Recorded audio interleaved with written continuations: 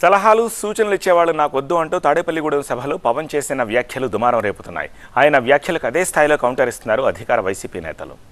అలాగే నాకు గాని జనసేన పార్టీకి గాని సలహాలు సూచనలు అవసరం లేదు. సలహాలు సూచనలు ఇచ్చేవాళ్ళు అక్కర్లేదు. యుద్ధం చేసేవాళ్ళు కావాలి. కొత్త రక్తంతో, కుతకుతలాడే రక్తంతో, గుండెలు చరించుకునే యువ రక్తం కావాలి.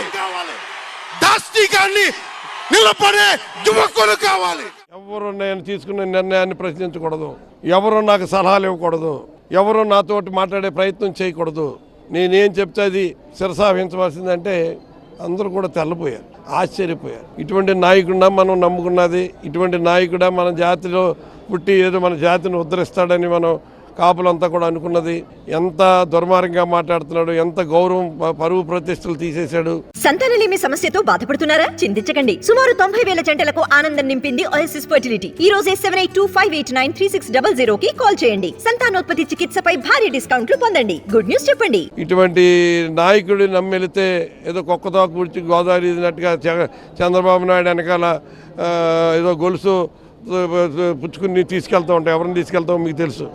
ఆ మాట అంటే అతనికి పౌరుషం వస్తుంది. మళ్ళీ ఏదైతే పవన్ కళ్యాణ్ సామాజిక వర్గానికి చెందిన పెద్ద వ్యక్తి, గౌరవైన వ్యక్తి హరిరామ్ జోగి గారు చెప్పినది కూడా తీసుకోను, నాకు ఎవరు వ్యతిరేకం చెప్తే వాళ్ళతోటి నాకు అవసరం లేదు, వెళ్ళిపోండి అని చెప్తున్నాడు.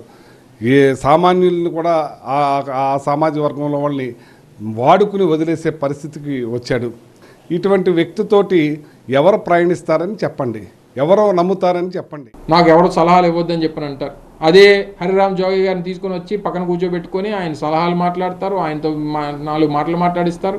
ఇవన్నీ కూడా ప్రజలు గమనిస్తూ ఉన్నారు.